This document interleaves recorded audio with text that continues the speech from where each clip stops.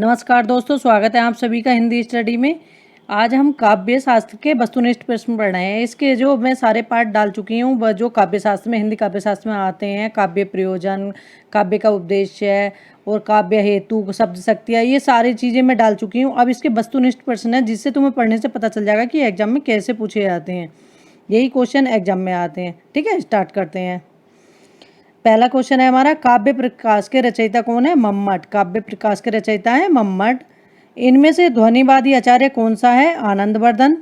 वक्रोक्ति सिद्धांत के प्रवर्तक है कुंतक। मैं इसके जो ऑप्शन सही है वही बताती चलूंगी, आप रोक के इसे देख सकते हैं। क्षेमेंद्र किस संप्रदाय से जुड़े हैं? औचित्य से। रस सूत्र किस आचार्य की देन है? भरत मुनि की। साहित्य दर्पण के रचयिता आचार्य हैं आचार्य विश्वनाथ। नाट्यशास्त्र किस आचार्य की रचना है? भरत मुनि की। चंद्रलोक किस आचार्य की कृति है? जयदेव की। शब्दार्थों सहित काव्यम, काव्य की यह परिभाषा किसने दी है? भामा ने। रीति संप्रदाय के प्रवर्तक आचार्य हैं वामन। रीति संप्रदाय हमारा वामन का है। काव्य अलंकार किस आचार्य की कृति है? भामा की। इनमें से कौन रसवादी आचार्य है? भरत मुनि। इनमें रस निष्पत्ति का व्याख्याता आचार्य कौन नहीं है? महिम भट्ट, क्योंकि भट्ट नायक, भट्ट लोयर, शंकुक, अभिनव गुप्त, ये चार रस व्याख्याता आचार्य हैं।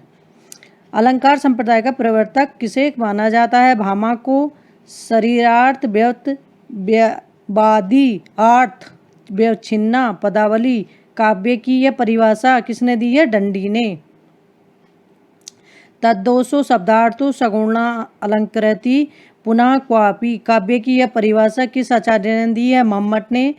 रमणीयार्थ प्रतिपादका शब्दः काव्यम, काव्य की यह परिभाषा किसने दी है? जगन्नाथ, पंडितराज जगन्नाथ ने। रीति का आत्मा काव्यस्य, यह कथन किसका है? ये वामन का है। रीति को वृत्ति मम्मट ने कहा है। रीति को पद संघटना किसने कहा है? आनंदवर्धन ने। रस ध्वनि को काव्य की आत्मा माना है अभिनव गुप्त ने। विशिष्ट पदरत्न रीति ये वामन की है। सहसा सर्वत्र वक्रोक्ति यह किस आचार्य का कथन है? ये भामा का कथन है। दंडी किस संप्रदाय के आचार्य हैं? अलंकार संप्रदाय के। आचार्य जयदेव किस संप्रदाय के समर्थक आचार्य हैं? अलंकार के।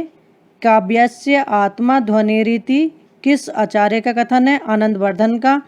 वाक्यम रसात्मक काव्यम यह कथन है आचार्य विश्वनाथ का। रमणीयार्थ प्रतिपादका शब्द काव्यम यह कथन है पंडितराज जगन्नाथ का। रस गंगाधर कृति है पंडितराज जगन्नाथ की। इनमें से कौन सा तत्व काव्य का हेतु नहीं है? अलंकार, प्रतिभा, व्युत्पत्ति और अभ्यास, ये तीनों काव्य के हेतु हैं।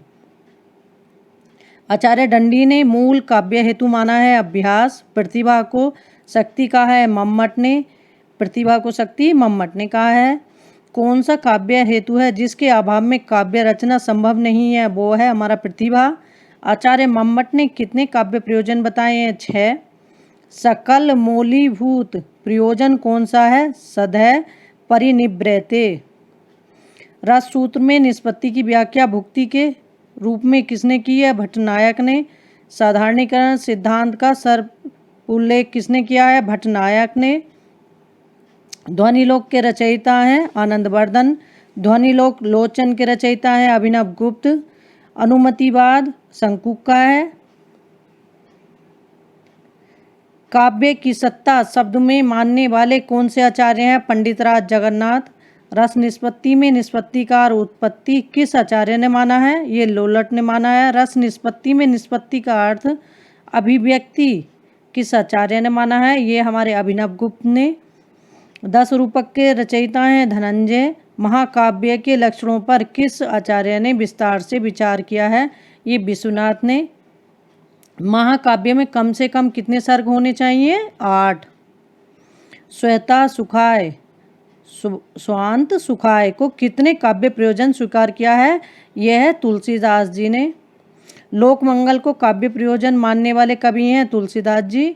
व्यक्ति विवेक की रचना किसने की है? महिम भट्ट ने। आचार्य आनंदवर्धन ने किस लक्षण ग्रंथ की रचना की है? ध्वनिलोक की। इनमें से किसे रीति संप्रदाय का प्रवर्तक माना जाता है? वामन को। न कांति मापि निर्भूषणम विनीता वनीता मुखम, यह कथन है भामा का। सूची है नीचे, इसे सुमेलित करना है। रीति संप्रदाय वामन का है, ध्वनि आनंदवर्धन का है, अलंकार भामा का है, रस संप्रदाय भरत मुनि का है। आगे देखते हैं, कालक्रम अनुसार लगे हुए हैं व्यवस्थित। जैसे पहला है हमारा नाट्यशास्त्र, दूसरा है काव्यदर्श, तीसरा काव्य प्रकाश, चौथा है हमारा साहित्य दर्पण। इलियट के अनुसार परंपरा कैसी है? गतिशील है। रस निष्पत्ति के संबंध में साधारणीकरण की स्थापना सर्वप्रथम किस आचार्य ने की है? भट्टनायक ने। ये क्वेश्चन पूछे आते हैं दोस्तों एग्जाम में। आगे देखते हैं, इनमें से व्युत्पत्ति नामक काव्य हेतु का क्या अर्थ है? इनमें से सभी शास्त्र ज्ञान, निपुणता, पांडित्य। चित्र तुरंग न्याय का उल्लेख किस आचार्य ने किया है? आचार्य शंकुक ने। इनका मानना है कि नाटक में पात्र को देख के व्यक्ति या मनुष्य समझता है कि जो उसमें पात्र है नाटक में, तो वो जो उसकी चित्र मतलब चित्र में जैसे घोड़ा दिखाई देता है तो वो सेम ऐसा लगता है, उसे देख के लगता है कि हम घोड़े को ही देख रहे हैं। मधुमती भूमिका का उल्लेख किस आलोचक ने साधारणीकरण की व्याख्या करते हुए किया है? श्याम सुंदर दास ने। उत्तम कोटि की रसानुभूति में सामाजिक तादात्म्य होता है आश्रय के साथ। नाट्य शास्त्र को क्या संज्ञा दी गई है? पंचम वेद की। ये भरत मुनि ने दी है। रस का अर्थ क्या है? काव्यानंद। रस रूप में क्या परिणत होता है? स्थायी भाव। स्थायी भावों की संख्या कितनी है? 9 है। वैसे 11 भी आती है लेकिन हमेशा टिक 9 पे ही करना। सौंदर्य अलंकार किस कवि का कथन है? वामन का। आचार्य कुंतक ने रीति को क्या कहा है? मार्ग। वीर रस प्रधान रचना में होता है क्या होता है? ओज गुण होता है। पांचाली रीति को मम्मट ने क्या कहा? उपनागरी व्रति। आचार्य आनंदवर्धन ने काव्य के कितने भेद माने हैं? 3। ध्वनि किस शब्द शक्ति पर आधारित है? व्यंजना पर। निम्नलिखित सूचियों को सुमेलित कीजिए कि तो ये हमारा भट्टलोलट आरोपवाद, शंकुक अनुमितिवाद, भट्टनायक भुक्तिवाद, अभिनवगुप्त अभिव्यक्तिवाद। श्रृंगार, श्रृंगार रस का स्थायी भाव क्या है? रति है। वीर का उत्साह, करुण का शोक, विभस का जुगुस्सा। ये हमारे आरोही क्रम में लगाने हैं हमें। तो इसमें काव्य अलंकार, काव्यदास, काव्य प्रकाश, रस गंगाधर। इनमें से साधारणीकरण सिद्धांत के प्रवर्तक हैं भट्टनायक। व्यक्ति विवेक के रचयिता आचार्य हैं महिम भट्ट। कवि की अनुभूति का साधारणीकरण होता है, यह कथन है डॉक्टर नगेंद्र का। साहित्य लोचन के रचयिता हैं श्याम सुंदर दास। भारतीय काव्य शास्त्र की भूमिका ग्रंथ के लेखक हैं डॉक्टर नगेंद्र। ये दोस्तों क्वेश्चन ऐसे हैं जो एग्जाम में आते हैं। इन क्वेश्चनों को 1-2 बार तुम सुनोगे तो आसानी से याद हो जाएगा। ठीक है, थैंक यू दोस्तों।